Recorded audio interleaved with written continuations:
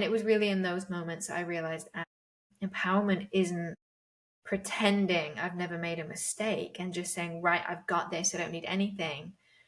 Empowerment is that self-acceptance. It's self-understanding too. And I use a phrase, I say empowerment is you can't use me against me. And it doesn't mean that I think that I'm perfect or I'm flawless or any of these notions. It's I've accepted the versions of myself that I have been, and I accept the flaws that I have, and I have accepted the baggage that I've carried to this point, and you can't hurt me with that because I have this self-understanding and I want to be better. So that's the advice that I would give. It's not about being perfect. It's about being willing to ask for help and accepting the imperfect parts.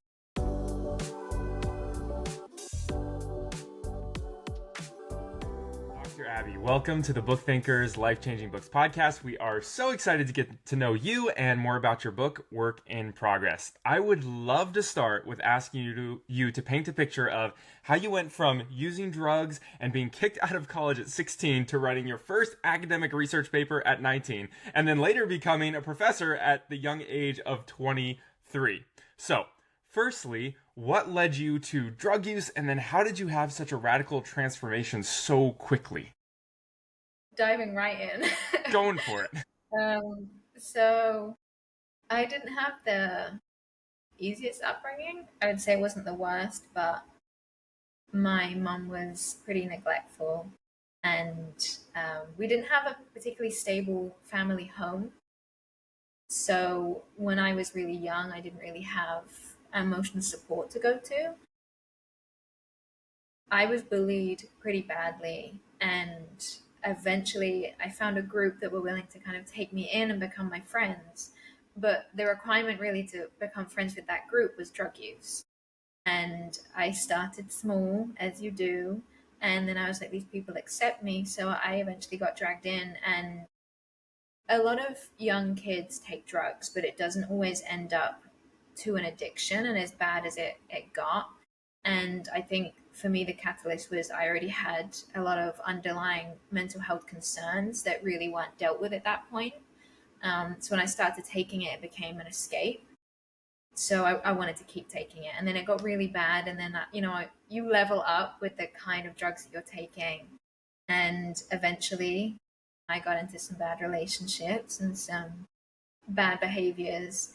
And I was kicked out of college, and I was kicked out of my dad's home. So I lived with my mom, which was so much worse than being in my dad's home. So I eventually got kicked out of that. So I was living with a friend for a little while, and neither parents knew. And to say there was one point that was the moment for me that I realized it was sink or swim. And I don't really know how to translate it into advice. But the moment was I had really lost everything. I was kicked out of college. I'd actually failed all of my subjects, including psychology. My psychology teacher hated me. I did not like her. And I had set up about a year beforehand to go on holiday with an old friend. And it was her and her family. And we didn't even speak anymore because she was a friend before I got into the drugs. And she reached out to me and was like, we still have this holiday booked if you want to come. And I was kicked out of both homes. So I was like, well, I have nowhere else to go. So sure, I'll come and stay with you in a caravan for like a couple of weeks. And it was at that point I had been taken away from, all of my escape mechanisms. And it was this beautiful holiday in Devon. And I was in the bathroom one night shaking and sweating and being sick. And I realized, oh my God, I'm a drug addict. I realized it hit me at that point how bad things had gotten. And I remember looking at myself in the mirror because I used to always be very ambitious. I always had I didn't know what to call it, but this fire in me. My parents always said that I was going to do big things, and I just lost it in my mental health. And I remember looking in the mirror and seeing that version of myself. And it was that moment that I realized, I'm going to die. And I'm 15 years old. Or I think I was 16, just turned 16 at that point. And I was like, this is going to kill me. And my dad had told me he couldn't look at me. My mom didn't want to look at me. My sisters couldn't even bear the sight of me. So I felt like I had no family. I had no friends. And I was in a bad relationship that ended because he said that I was too much of a mess. So I just watched all of these things. And at that age, they all feel so catastrophic. And I don't know what it was inside of me, but something just said, that's enough. And I remember looking at myself in the mirror and just saying, that's enough now. We're done with this. Because I could just see the way that it was going, and there was no other option. And there was no ease into it. There was no slowly pick myself back up. It was, you are either going to die or you are going to change something instantly. And you have to be a different person. So I realized at that point something had to change. So when I got back off that holiday, everything changed. I thought I got back in college. I told my dad he had to, let me come back home, and he did. I never touched those drugs ever again from that moment. And that was when I was 16. So I don't know how to translate that into advice, but it was just something was like, you've got to fight. And I do think maybe it was because I didn't have the support of parents. So I really brought myself up, and my sister helped bring me up.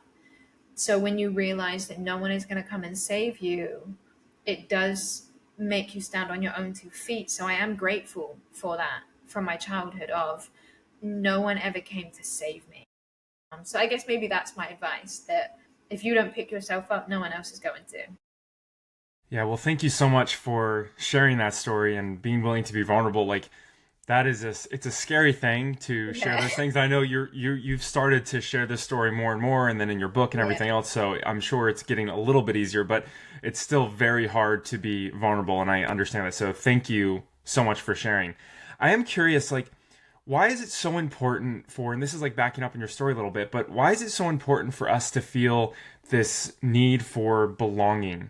And, because you mentioned like these kids, you're like, oh, these kids accepted me. So I felt safe and good with them. So why is it so important that we have that belonging in life?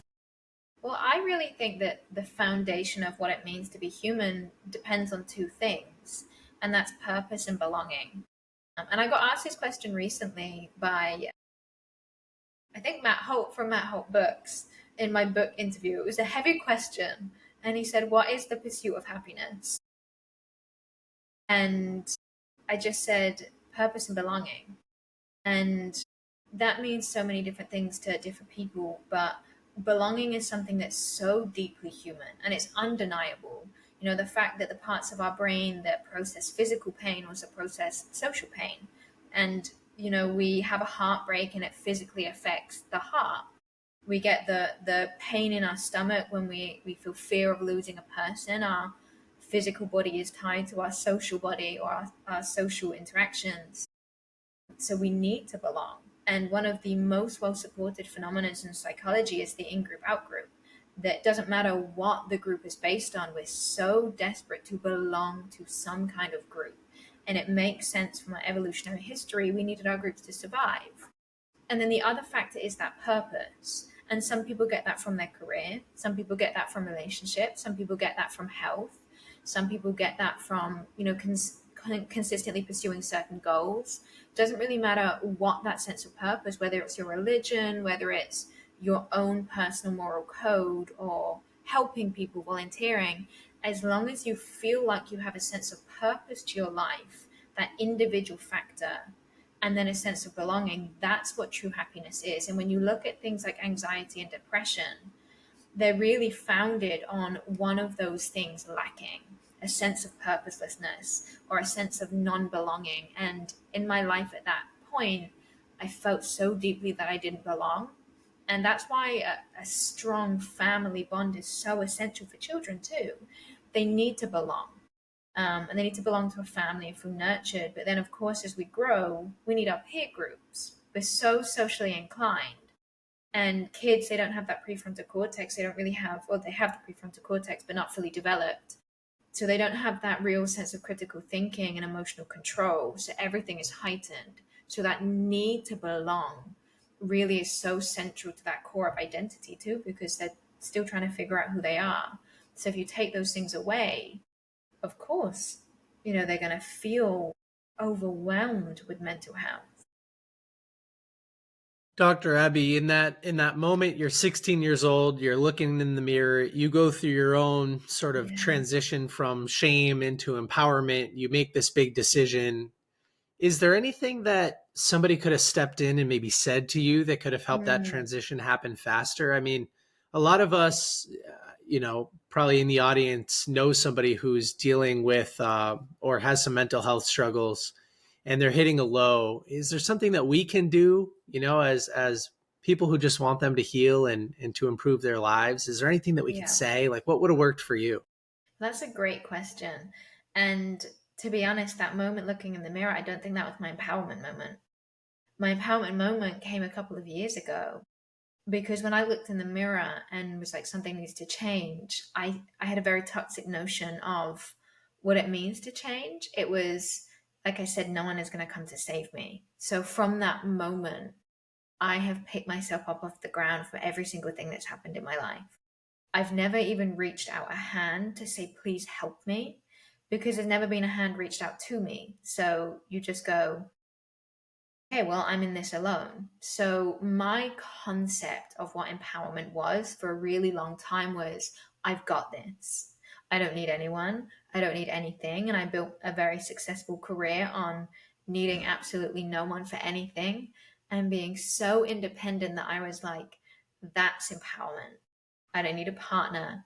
I don't need these people in my life. I just need myself and I just need to build a successful career. And that isn't empowerment, that's over and hyper independence.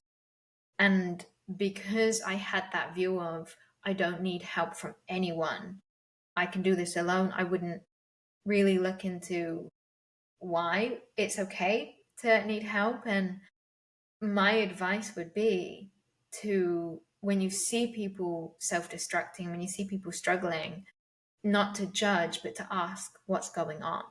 Because at that age, no kid gets addicted to drugs without something happening underlying that. Kids do drugs all the time and they don't get into that situation.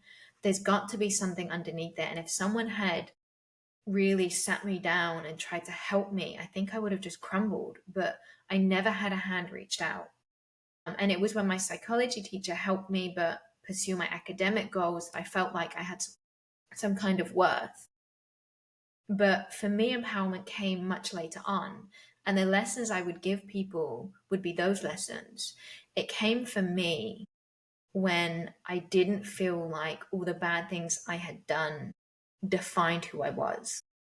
And it was really Chris Hadnagy and Joe Navarro that were the points for me that I stepped onto the right road of empowerment. Because when I started to be honest with myself about some of the things I had been through, especially things like the assault that I write about, I thought that it would have a negative effect on my career because people would judge me and they'd see me as someone who is not professional and who is not this perfect professor.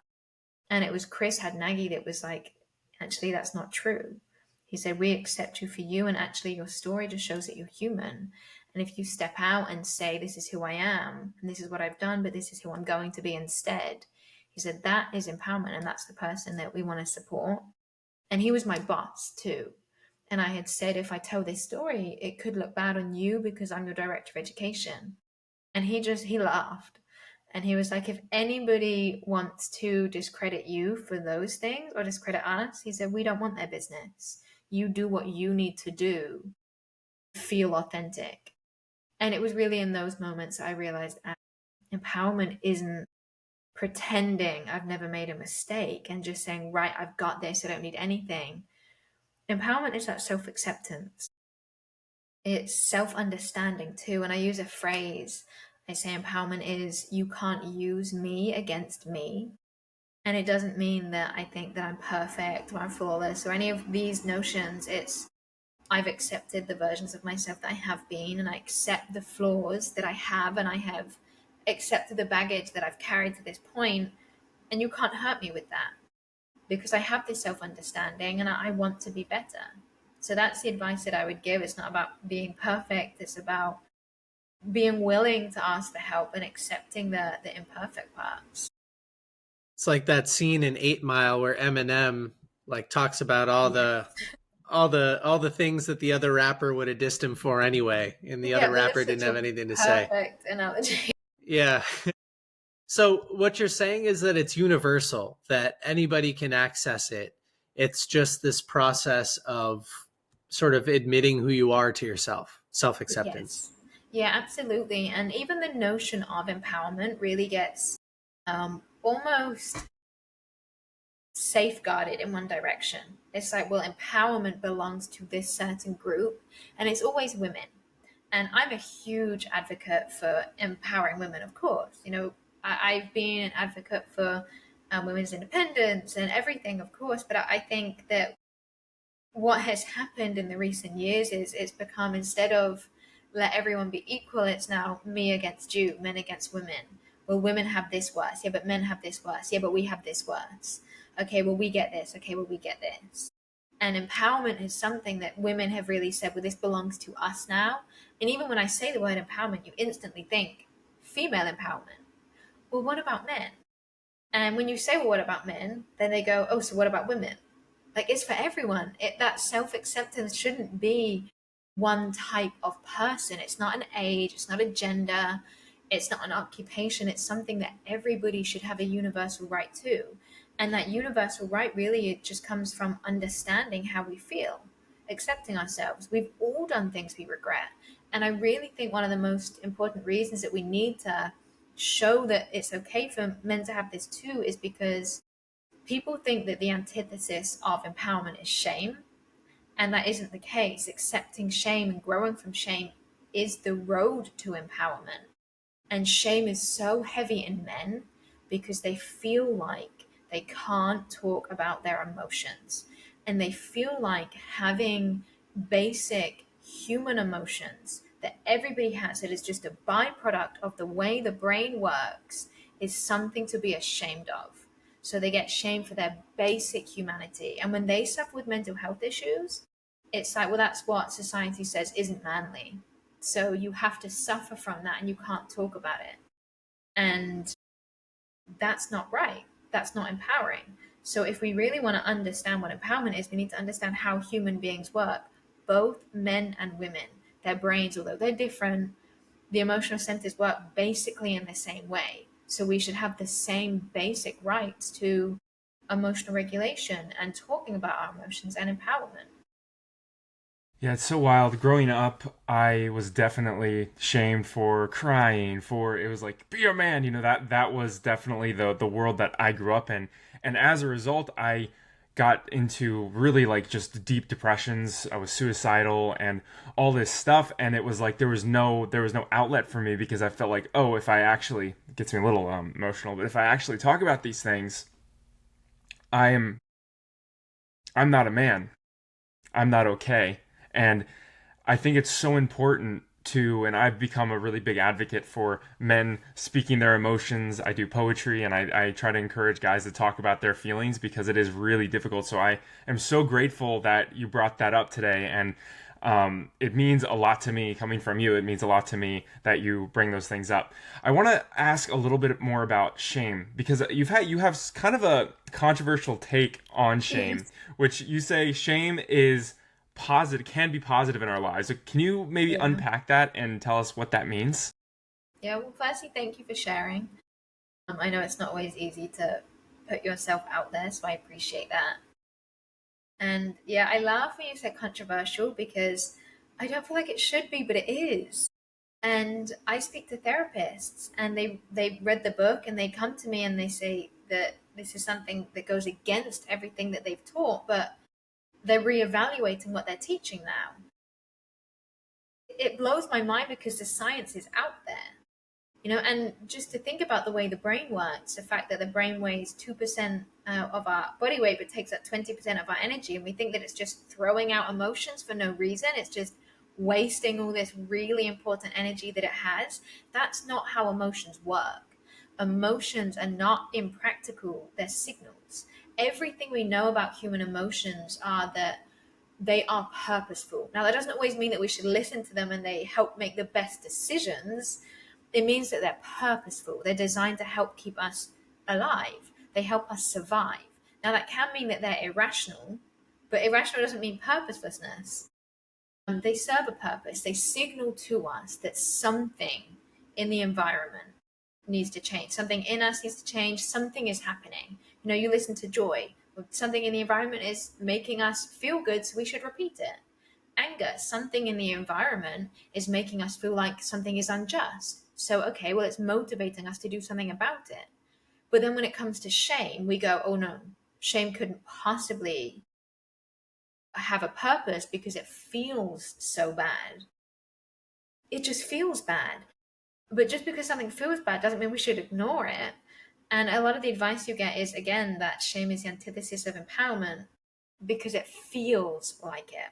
But actually, what shame does is shame signals to us that something we are doing goes against who we want to be or who we perceive ourselves to be. And that's directly tied to our moral compass or our ethical compass. That's why it's so heavy in individuals who are religious and then they behave in a way that goes against their religious teachings, because it's contradicting who they want to be or who they feel they should be. So they feel a sense of shame. So they correct the behavior. And that's what it does. It tells us we need to change. And if we turn away from it and don't listen to it, then we don't really understand why we're doing that thing. Because to change our behavior, we need to understand our behavior. And that was the turning point for me. I was ignoring all of my emotions and ignoring all of these things because they didn't feel good. And healing is promoted as this, you sit and meditate and everything feels so good and wonderful. And I'm like, that can't be shame, because shame feels really bad. So that can't be part of my healing process. But it is, because if you don't sit with it, you can't listen to it. And the shame for me was telling me I felt so deeply ashamed of the things I was doing. And I had to sit with that and say, why was I doing it? And, I was running from a lot. And I said, I got hooked really early on because it allowed me to escape a lot of things. And then later in life, I did a very similar thing, but obviously with very different drugs and different escape mechanisms. But every time you feel it, it's saying something needs to change. But it's so intense. It's not like other emotions. And we compare it a lot to guilt. Like, say we do something bad.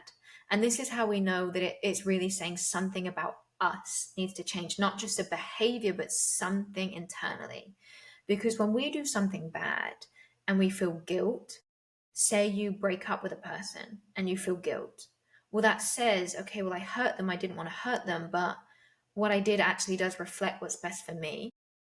Whereas if you feel shame, it's different.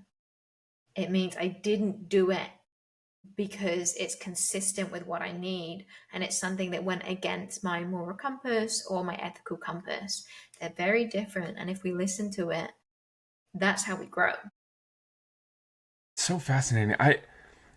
So does everyone have different, since you mentioned religious and moral and ethical, does everyone have different things that they're ashamed about, and can you change the things that you feel shameful for that maybe you shouldn't feel shameful for? Yeah, absolutely, because it's so dependent on that sense of self. So, for example, I might feel shame. I don't drink. I don't really drink. I don't really go out. I've not ever really been someone that's like a party girl. It's just never really been my thing.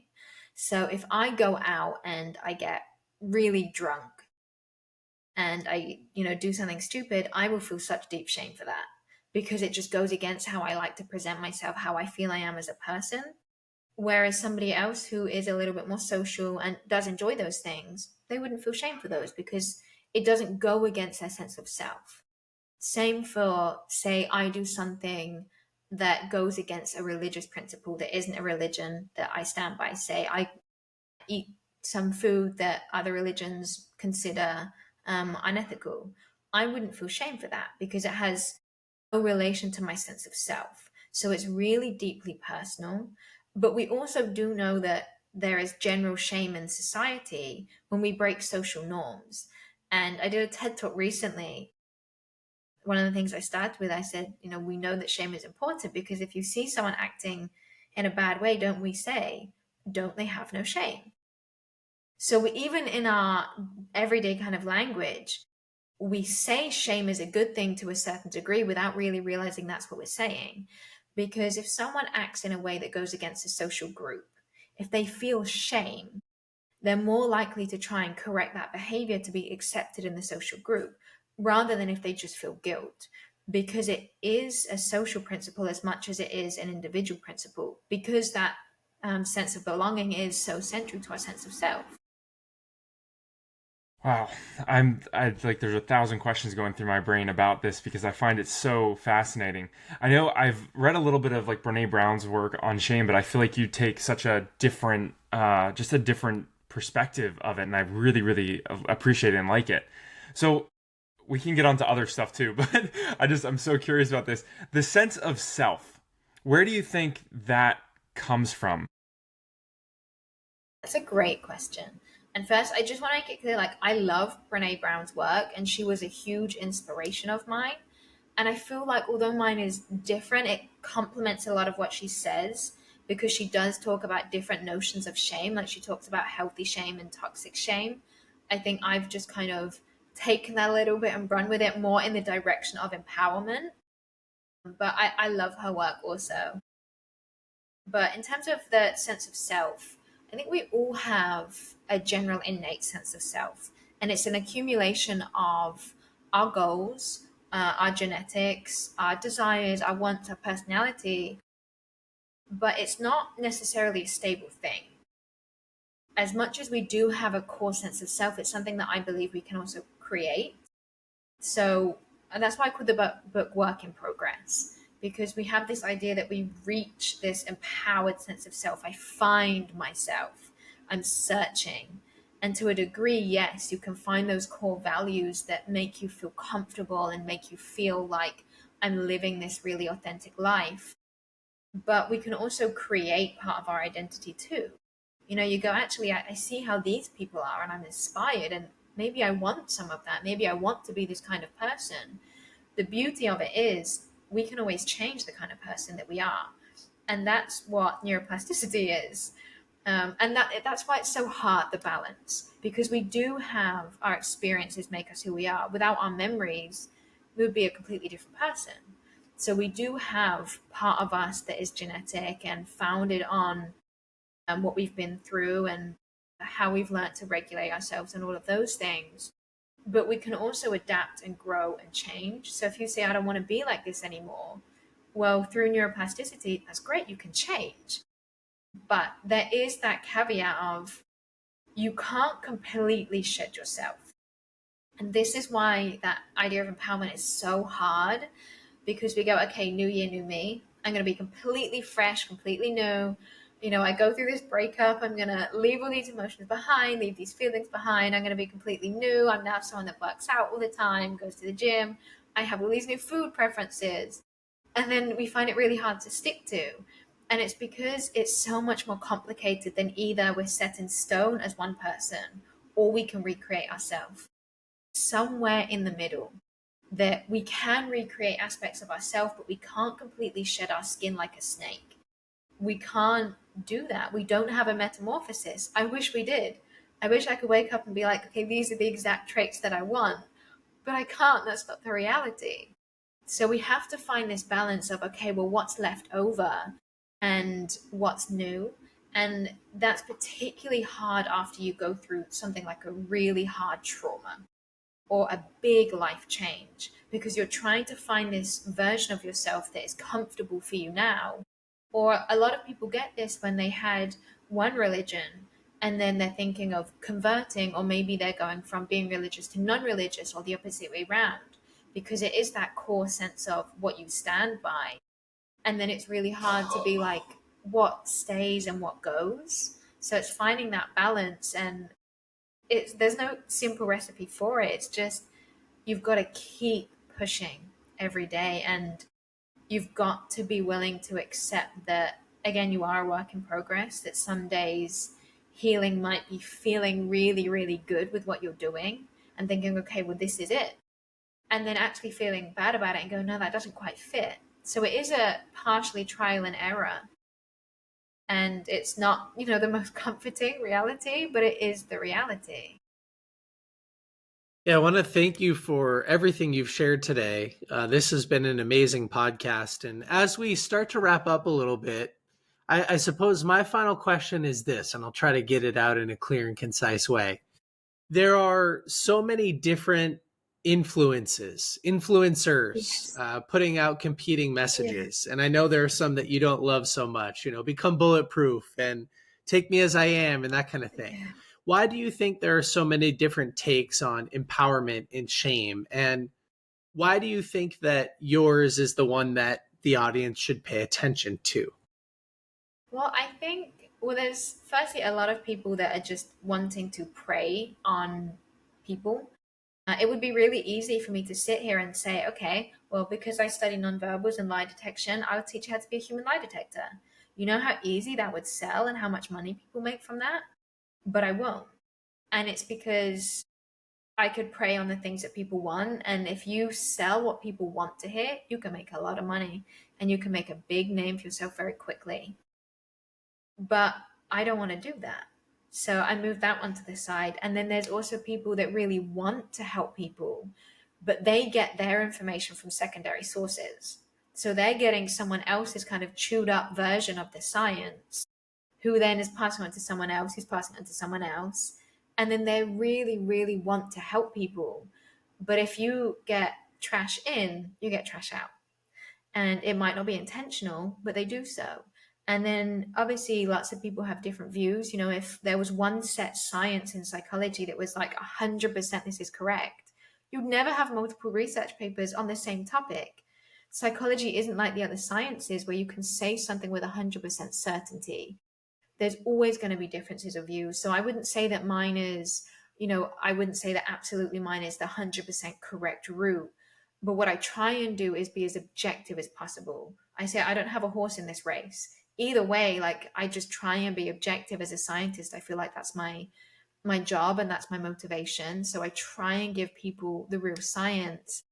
And one of the reasons that I feel like this route is the best route to go is because I don't really sugarcoat.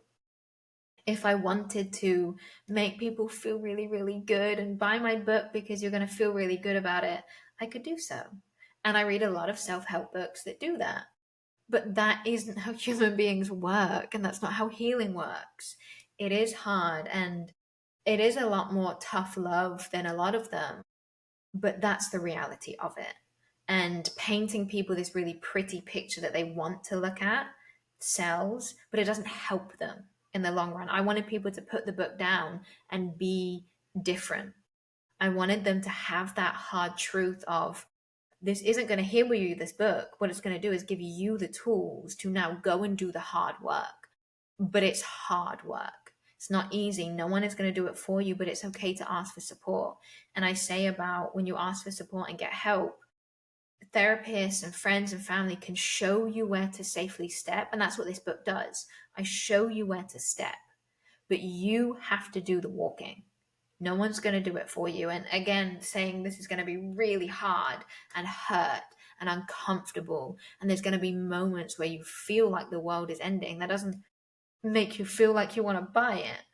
But that's what you need if you want to get to that end goal of feeling empowered. It's so important to have an accurate view of reality. And I appreciate that you're doing that, because so many people, like you said, don't do that. They just say the thing that they know will sell. Yes. And it's really appealing when you look at, how much they charge.